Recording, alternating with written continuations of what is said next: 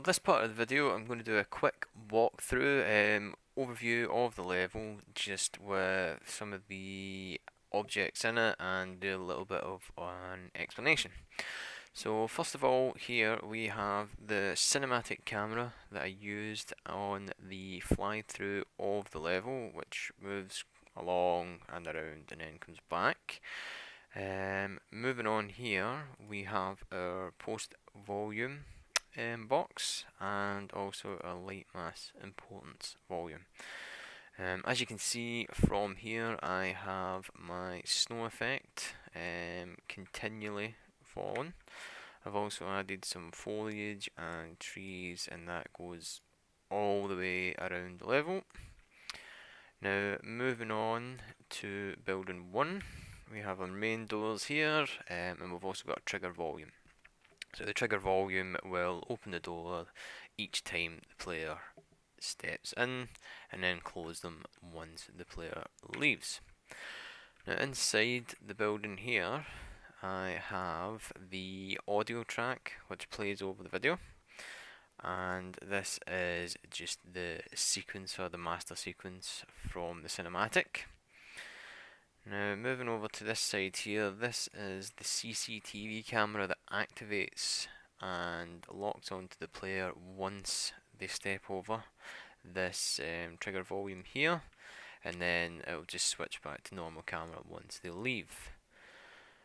Now this part here is the elevator that I made. So within the elevator you have a trigger volume, and then once the player enters that trigger volume, it then allows the key presses for E for up and Q for down, so you can go up and down on that elevator as many times as you want. Now also within this building I have added several different lights. I've got several point lights, and I've also added a few spotlights as well, and it's just really to illuminate the room and give it a more vibrant feel. Now moving back outside, I've also used the landscaping tools, and I've done that to add a small pond here just with some water in it. Now moving on to building 2, we have the trigger volume again, and once again player steps in, doors open, and once they leave that, the doors will close behind them. Now in here I've added a few different materials to some of the servers and also this rocket, and I've made them all emissive so they'll give a nice bright glow. And we also have another elevator here with another trigger volume, and that enables the key press to go up and down. Now upstairs we have the small doors with the trigger volumes, so that goes into the small office here, and we also have the small door here which is a bridge between building 1 and building 2. Now going outside, I have the enemy AI character here, so everything's all been named. He is the bad guy. Now the green stripe along here is the nav mesh bounds volume. So each time the game starts, the enemy AI will run up and down in a random pattern within this nav mesh volume, so it doesn't come out of that. From here, the video just comes back round, and that is that for this part. What I'll do next is I will move in to explain a bit more details on the blueprints and the AI. Okay, for the final part of this video, I am just going to run through some of the blueprints, materials, the AI, and the particle system as well. Now all my folders are down here, so I've got the AI here, there's my snow particle, and I've got my blueprints and cinematics. But what I've done is I've opened them up and put them up here, just in these tabs, just to make it a little bit easier to access. So the first blueprint that I want to bring up is the one for the elevator, and it works for both elevators. The first section here is basically the trigger volume, so it steps into the trigger volume on begin and end overlap here, casts off to the player, gets a controller, and then it enables and disables input. Within that as well, this part will initiate the key press within the trigger volume. So E plays the animation up and Q reverses the animation. Now, in this part here, it just really sets the location of where the lift begins and ends during the animation. Now on to the main doors. Now the doors both have a left and a right function, and that's just split into here. So they just basically mirror each other.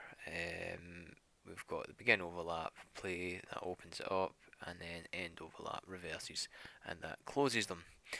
And we've got the tabs here for the set relative location, and that's attached to the left door, and we've got one attached to the right door. And we have a lerp in each of those sections. Now, moving on to the next part is the enemy patrol. So within the enemy patrol, the blueprints here, so it's the enemy sight line to the target player. This part will check if is in range each frame. Over here is where it moves to the player when in sight. And this part is the random movement within the nav mesh volume, so just the green strip that I discussed earlier. Now on to the AI character, programmed in an enemy fire function, and we've got fires when in sight, and then applying damage to the player when they're hit. Now here is the AI behavior tree.